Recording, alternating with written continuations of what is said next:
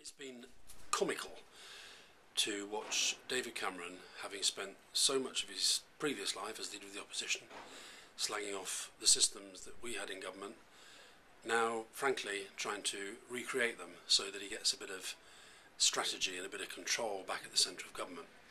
I mean, the buzz you get around Whitehall is that Cameron is not really an attention to detail merchant, not that interested in policy, loves being Prime Minister. I think we can get that impression fairly clearly, but has realised that actually you do need people with politics shadowing departments, and you do need people at the centre who kind of know what you want and know why you want it. And so I think it's inevitable that he's going to have to do a little bit more centralisation and a bit more strategy. And it doesn't just mean filling the place full of special advisors and political people,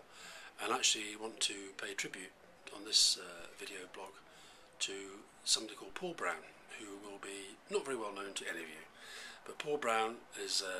one of the best civil servants that I work with, and people go on about the legendary grid that we had in Downing Street to try to keep control of all the different events that were happening in government, which is a very important tool in the way that I tried to sort of manage strategy and communications from the centre of government. And Paul Brown was a very committed, hard-working, respected civil servant whose job was to, if you like, be the editor, the single man in charge of that document, the grid. And he did it for Tony Blair, he did it for Gordon Brown,